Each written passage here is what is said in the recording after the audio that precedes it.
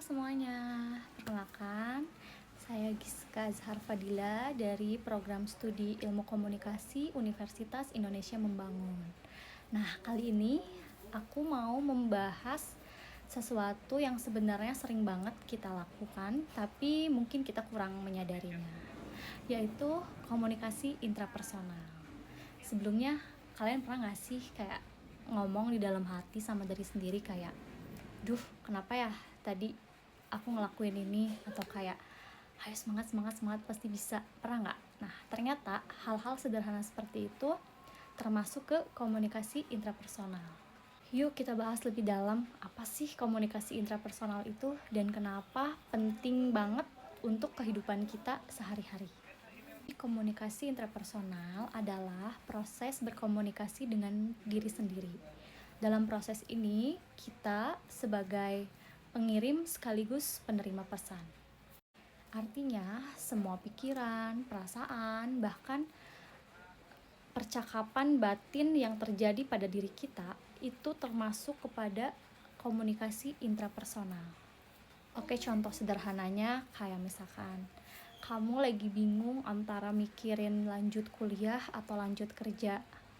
Terus kamu bicara sama diri kamu sendiri kayak, kalau misalkan lanjut kerja, aku bisa bantu orang tua, tapi kalau misalkan lanjut kuliah, aku bisa menambah wawasan atau pendidikan. Nah, proses itu juga termasuk ke dalam komunikasi intrapersonal.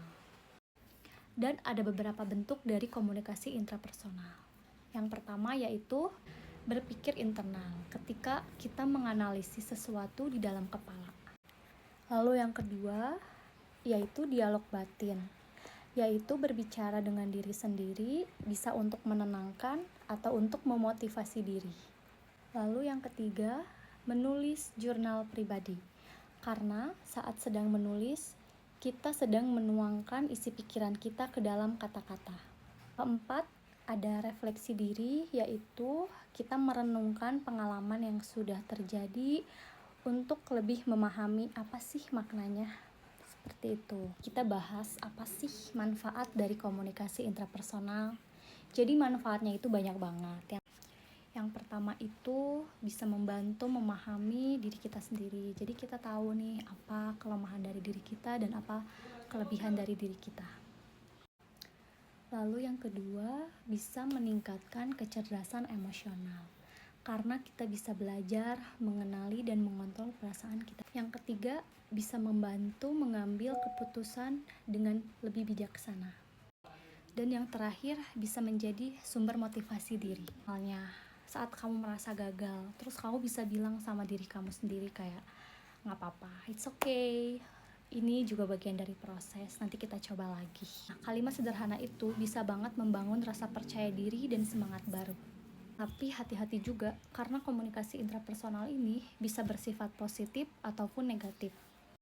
Kalau isi pikiran kita terlalu sering berpikir negatif, kayak misalkan, kayaknya aku gak bisa deh, atau kayaknya kali ini aku bakal gagal. Nah, itu bisa jadi penyebab kita kehilangan motivasi. Tapi sebaliknya, kalau kita berpikir positif, kita pun akan mendapatkan hasil yang positif. Jadi tergantung kalian berpikir positif atau negatif. Jadi bisa disimpulkan bahwa komunikasi intrapersonal adalah cara kita berdialog dengan diri kita sendiri untuk memahami, mengatur, dan untuk mengarahkan diri kita. Kemampuan ini penting banget, karena dari sinilah kita belajar mengenali siapa diri kita sendiri dan bagaimana cara kita berkomunikasi dengan orang lain. Jadi coba deh mulai sekarang kita biasakan bertanya pada diri sendiri, kayak misalkan, bagaimana perasaanku hari ini? Atau hal-hal baik apa yang sudah dilakukan hari ini? Dengan begitu, kamu bisa hidup lebih sadar, lebih tenang, dan sudah pasti lebih bahagia. Oh ya, terima kasih yang sudah menonton dan menyimak video ini. Semoga bisa memberikan manfaat, dan see you on the next video. Bye-bye.